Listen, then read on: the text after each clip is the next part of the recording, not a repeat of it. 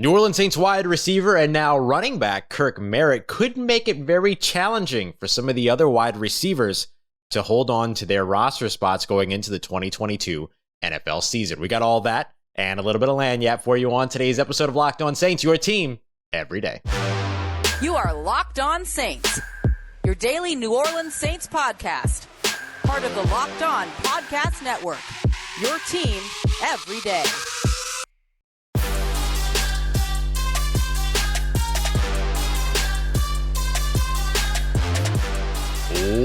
What is good, Who Dat Nation and Who Dat family? Welcome into another episode of Locked On Saints, your daily podcast covering the New Orleans Saints, part of the Locked On Podcast Network, your team every day. Thanks so much, as always, for making Locked On Saints your first listen of the day every day. Don't forget that we are free and available on all podcast apps and on YouTube as well. And I am your host, Ross Jackson, at Ross Jackson Nola on Twitter, your New Orleans Saints expert, credentialed member of the media.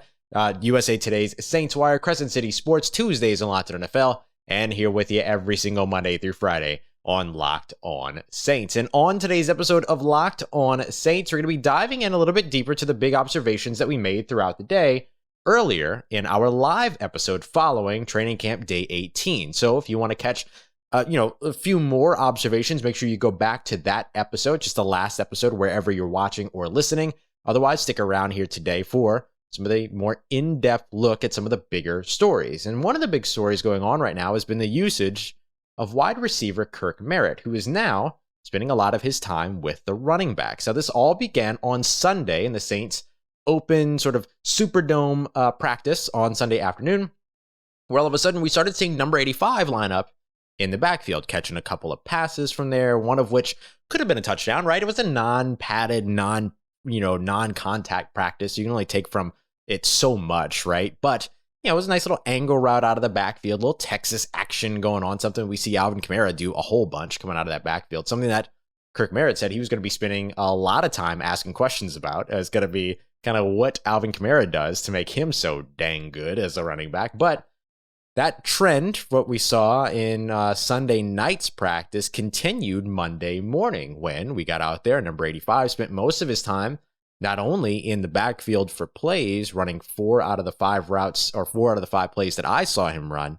out of the backfield, but he spent his entire time with the running backs. He was there with the running backs for positional drills. He was in the running back sort of area of stretch. He was out there during plays when he wasn't on the field. He was off to the side with other running backs. He told us after practice that he was also going to be headed to the running backs room for the first time for film study, where he said he was going to be asking a lot of questions.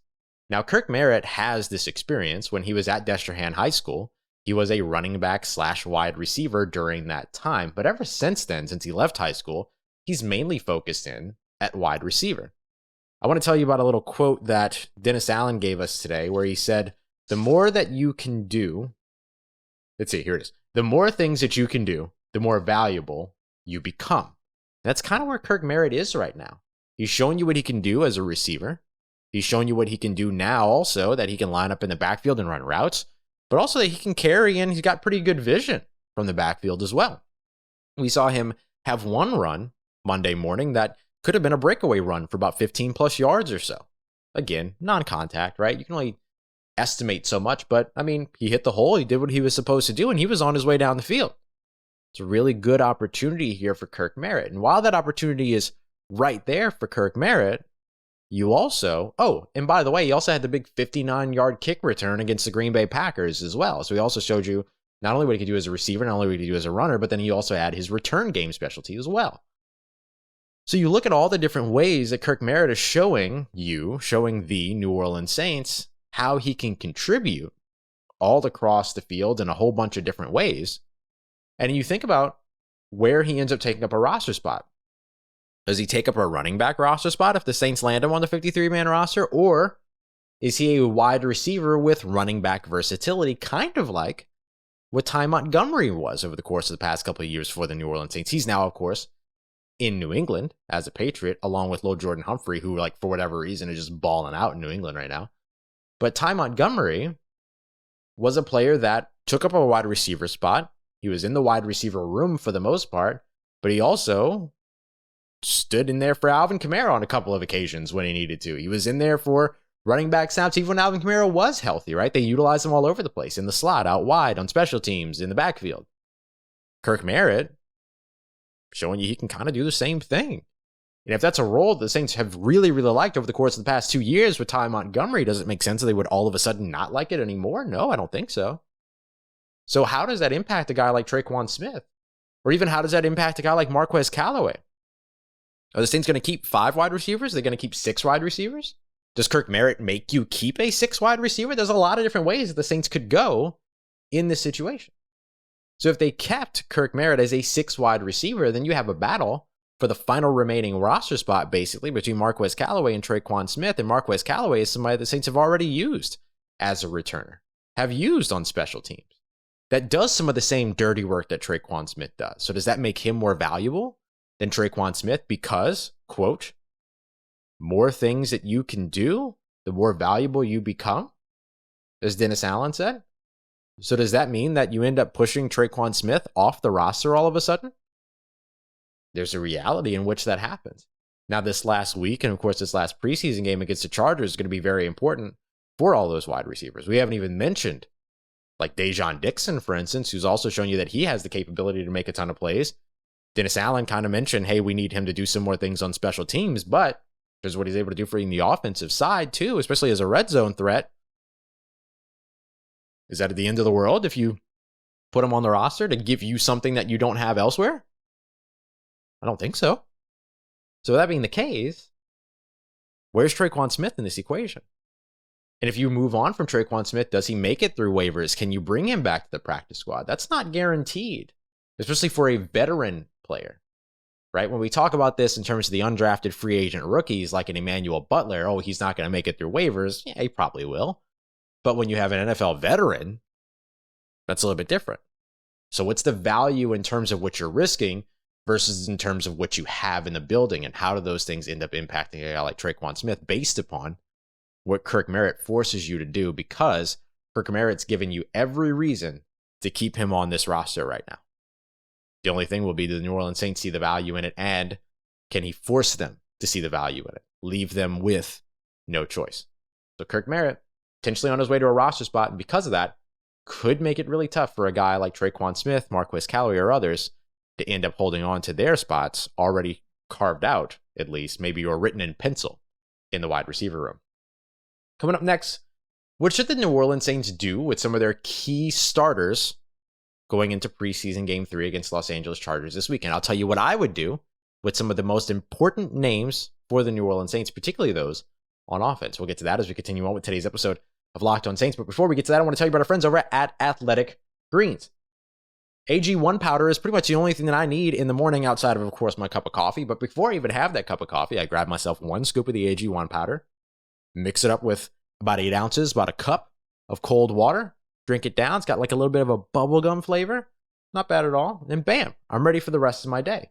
And what does that end up giving me? It gives me 75 high-quality vitamins, minerals, whole food source superfoods, probiotics, and adaptogens as well. So what does that end up doing? That helps you support good gut health, support your nervous system, your immune system, your energy, helps with recovery, focus, which you know is something I always struggle with, and I'm doing a little bit better these days thanks to AG1. And if you want to know a little bit more about the price, think about it this way. It costs less than $3 a day, so about half the price of that cup of coffee that you know we all buy.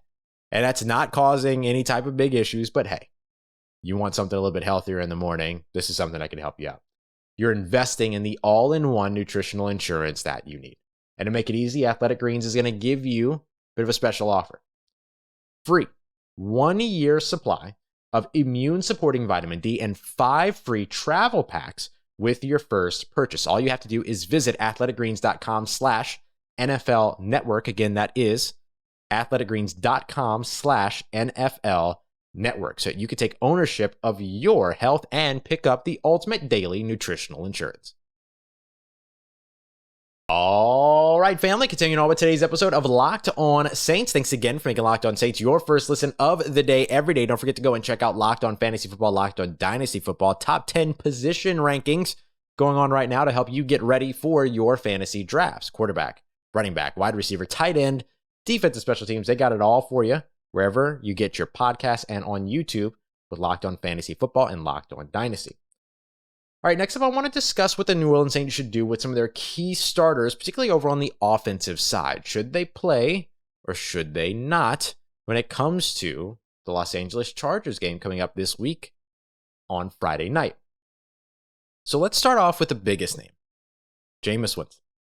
Made it back to team drills today on Monday morning. Yeah, he threw his first interception of team drills, but say that again slowly. His first interception of team drills all off season. Do you play him this Friday night, even just for a series, if he gets to a point to where you feel like he's healthy enough to go out there? The most that you can ask for in this situation is that he comes out healthy.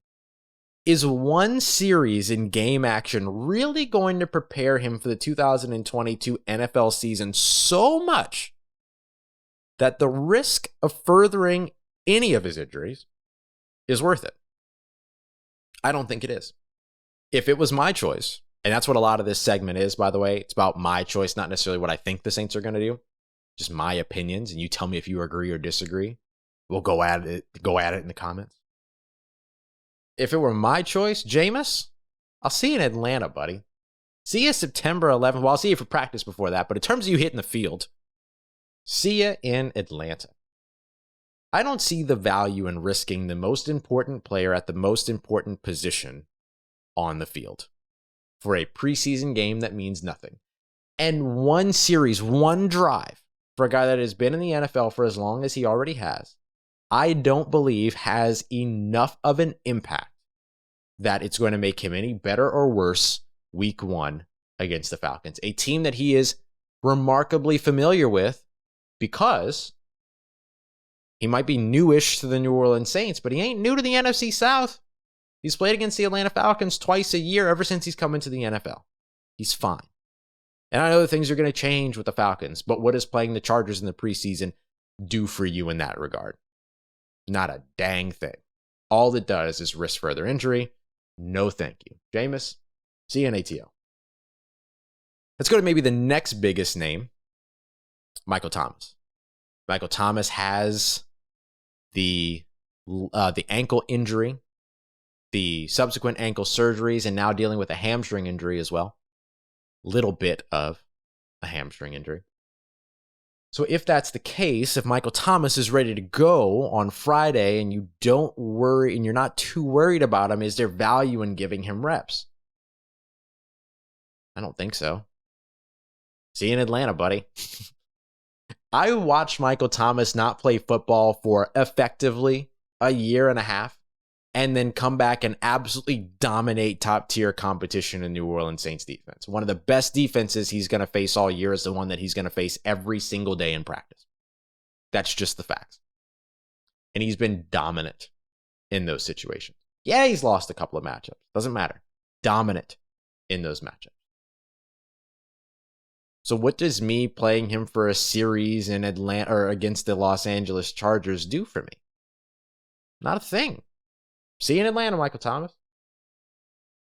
Let's go to somebody that I would love to see in Los Angeles or against the Los Angeles Chargers. Keep doing that. And it's actually two players. Let's go with two tight ends here, Taysom Hill and Adam Trautman, both of which dealing with injury right now. They haven't practiced over the course of the past couple of days. I want to see them because I need to know, if I'm the New Orleans Saints, what I have at the tight end position. And am I going to have to keep an extra tight end on the active roster due to insurance for these guys? Right? Am I going to have to worry about Taysom Hill, who had 3 or 4 different types of injuries last year, most of which were not ones that I would call injury-prone types of injuries, right? There was the concussion that looked super scary. There was the mallet finger thing and all that. Like, they weren't things that were, habitual, like a hamstring or like a groin injury or something like that, right? It was impact stuff. So I don't put those on him and call him injury prone, but we know Taysom Hill's history throughout his time in college and all that. Like, injuries have been a thing. So with that being the case, I need to see, am I going to need to have that extra insurance around? So I want to know what I have at the tight end position. If Taysom and Adam Trautman are going to be my top 2 tight ends that I'm going to be relying on all year, then I need to see them in action so that I know where to go with the rest of the tight end room. and how deep that tight end room needs to be. Let's go to running back Alvin Kamara, perhaps the third biggest name on this roster or on the offense. Alvin Kamara, I think I'll see you in Atlanta. I'll see you in Atlanta. I'm good. I've seen you all camp. Everything, you've been outstanding. Seems less and less likely that I'm going to lose you for any games so far over the course of the 2022 NFL season. So I'm not really worried about much. I don't need to see you for a drive or anything. See you in Atlanta. That's it. Nice and easy, nice and simple, especially at the running back position, which takes so many hits, the biggest hits, all of that. And I'm still trying to figure out who my third running back is going to be, by the way. So I want to make sure that guys like Dwayne Washington, if healthy, Kirk Merritt now, Abram Smith, and Tony Jones Jr. are getting those carries. I want to make sure I'm getting a look at them. I still have 4 guys to narrow down to 2 maybe at most. So let me see them. I'm good. Alvin, Mark, both of them. Sit. See y'all week 1. Finally, on the offensive line, offensive guard Cesar Ruiz, offensive tackle Ryan Ramczyk. I'd like to see Ryan Ramczyk for a drive. That's a scary one, though. That might be the scariest one of them all, just because you know how valuable he is, this New Orleans Saints offensive line. And so if you just try to get a look at him for one series and something goes wrong, and there's already so many injuries on the offensive line at this point. You know what? I changed my mind. I don't want to see him. I'll see you week 1. See you week 1. See you Cesar Ruiz week 1 as well. Cesar Ruiz played all 17 games last season. He was the only player on the offensive line to play every single game. Only one. So let me see that again in 2022. Best ability is availability. Just can't be your only ability. We've seen improvement from Cesar Ruiz, exponential improvement from Cesar Ruiz over the course of the offseason thus far. So I'm feeling pretty good about that. So give me that development. Give me that longevity and all that. That's all good. You're good. See y'all in Atlanta. So for the most part, outside of the tight ends, maybe I'm just too risk averse, but when it comes to some of these big names, I don't need to see you in the preseason. Sometimes you get lucky, like the Jets did with Zach Wilson's, where it's like, oh, okay, well, we'll miss him for a little while. But there's so many more examples of these guys walking away with bigger injuries, and I don't want to risk that. Not for nothing. And again, I don't know that a drive changes everything for you. A series changes everything for you. All right. Coming up next, let's get to your questions, including Marcus Davenport. How has he been participating so far? And if I had the chance to choose between KJ Costello and Ian Book on the practice squad, which quarterback would I go with? We'll get to that. We'll answer that question and much more as we continue on with today's episode of Locked On Saints. First, I'm going to tell you about our friends over at LinkedIn. I love so much that LinkedIn is a part of the family here. It's so dope. You can go and check out everything that they have as you gear up for the fall. You might need to be looking for the right people to join your team and help make sure that your small business is firing on all cylinders. That's where LinkedIn Jobs is here to help, because they've made it easier to find the people that you want to talk to faster. And of course, it's free. All you have to do is create a free job post in minutes, and LinkedIn Jobs will make sure to reach out to their network and beyond to find you the largest professional network of over 810 million people. Isn't that incredible? 810 million people. Simple tools, screening questions. You can make it easy to just focus on the candidates that you want to interview and hopefully potentially hire. There's a lot of places that might get you candidates, but are there those places that are going to make sure that you're getting the best hires? That's where the intersection needs to happen. You need to be delivering high quality hires, but also high quality competitors as well. And you're going to get that with LinkedIn Jobs. LinkedIn Jobs helps you find the candidates that you want to talk to faster. Did you know that every week nearly 40 million job seekers visit LinkedIn? Post your job for free at linkedin.com/lockedonnfl. That is linkedin.com/lockedonnfl to post your job for free. Terms and conditions apply. Let's get it, Who Dat Nation. Wrapping up today's episode of Locked On Saints with your questions from our earlier live show from today. And I want to jump into one juicy question. This one came from Philip Heiser, who asked, Saints signed and cut quarterback KJ Costello. Do you think that they will try to sneak him on the practice squad and cut Ian Book? So basically, would I choose KJ Costello or would I choose Ian Book? And which do I think that the Saints would choose? And I think that we're going to be aligned. I think that what I believe the New Orleans Saints would do is the same thing that I would do. and I know you're not going to like it, but I'm keeping Ian Book on the practice squad. No problem. I'm going to keep the guy that has the years of experience in the system as opposed to the guy that's got some nice traits. I don't know. I think I would rather go with the guy that's been in the system, that knows the system, and that you've already seen, and you kind of know how to navigate him, how to utilize him, what to use. I mean, you're talking about an emergency quarterback in that situation, right? In either case, you're not talking about future Hall of Famers. I'm sorry, but you're just not talking about those guys, right? You're talking about practice squad emergency quarterbacks just in case at some point throughout the season. So I don't know that the traits thing is more important than the guy that knows your playbook. I think you go with the guy that knows your playbook in that case, and that can keep your offense afloat if asked to at any point during the season. If you're already in that, you're already there, you're kind of already in trouble anyway. Next up, we'll go to Troy Abear, who asked, to what degree is Marcus Davenport participating? So Marcus Davenport has done some things on and off throughout training camp. Most of his focus has kind of been on individual drills, just kind of doing some stuff to, continue to work on his own. But he has done some team drills, and he's gotten involved in some 9-on-7s, things like that. So I sincerely don't know at this point if Marcus Davenport is a player that you should expect to see Friday against the Chargers, but it seems that he's making the strides towards being ready to go as the season begins. Now, I can't guarantee that. That's speculation on my part, but it just feels that way in terms of the progression that he is making. He's making it. He's doing more and more every day. It's just that you're not seeing him in team drills to a full-on extent, right? You're seeing him take a snap here, take a snap there, that kind of thing. But I think that they would like to get him more involved there before you ever see him hit the field again. So I think with that being the case, it might not be until the regular season that you see him. Disappointing it could be not to see him until maybe beyond week 1. Certainly wouldn't want to see that because you don't want to carry that roster spot into week 1 unless you're putting him on the PUP list, but then you're guaranteed to be without him for at least 6 games. So that just makes it very challenging. So hopefully he's able to get back out there and get a little bit more participation in going into this 2022 season, because the Saints would love to have him. They believe that he is one of the most disruptive players and one of the best players on their defense, which is great. But if you can't get him out on the field, then what good is it doing you, right? So, I mean, the participation's there. It's ramping up, but I don't know if you're going to see him Friday, but that's okay as long as you see him week 1. Let's go to West Bank Rick. Should I be concerned about the defensive line not being able to put pressure or get sacks on the quarterback in games? I think you should be concerned if that's what you see. Yeah, once the regular season starts, I wouldn't be worried about it right now.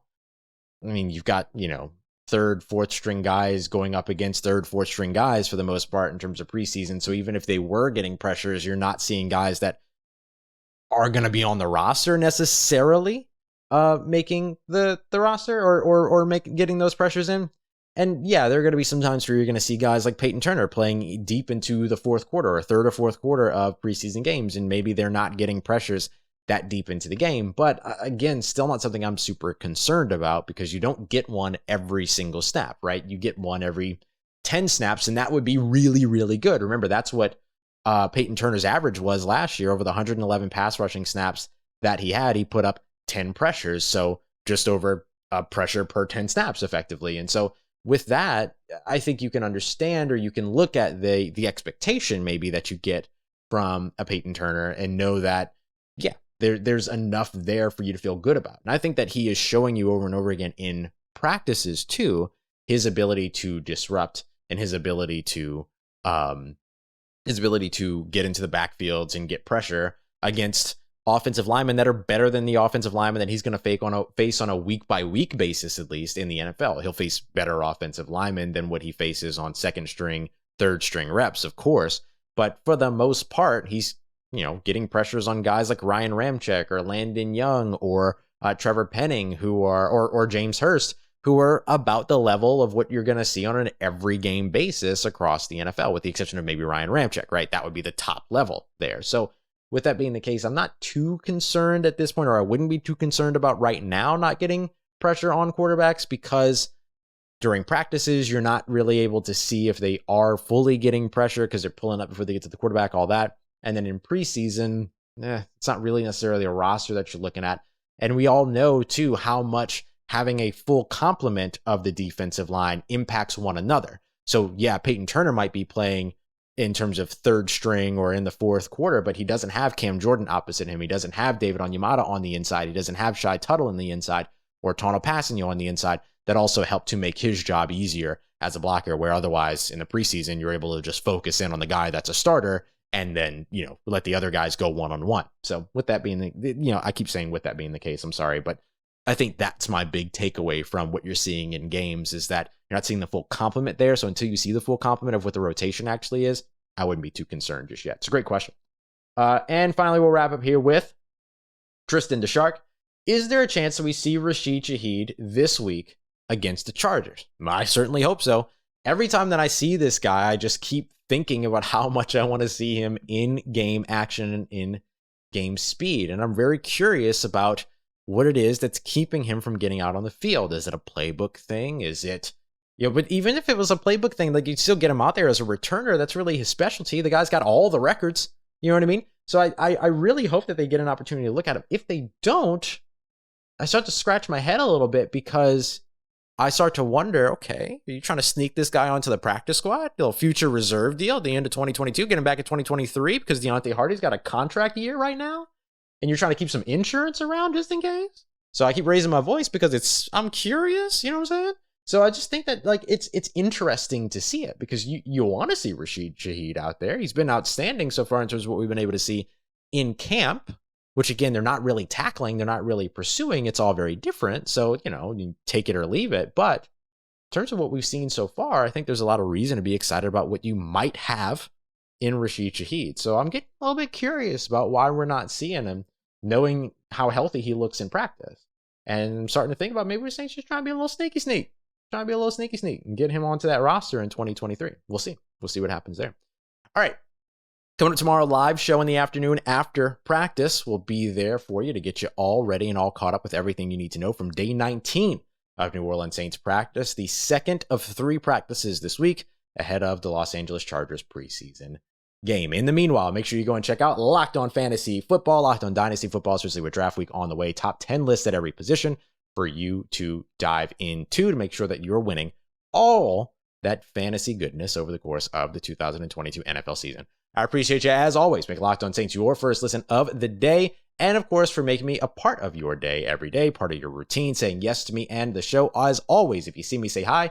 And don't forget, if you need anything else around your New Orleans Saints in between these episodes, make sure you follow me on Twitter at Ross Jackson, NOLA. Hit me up. Let me know how the family's doing. Let me know how you're living. Let me know how you're momming them. And trust Who Dat Nation.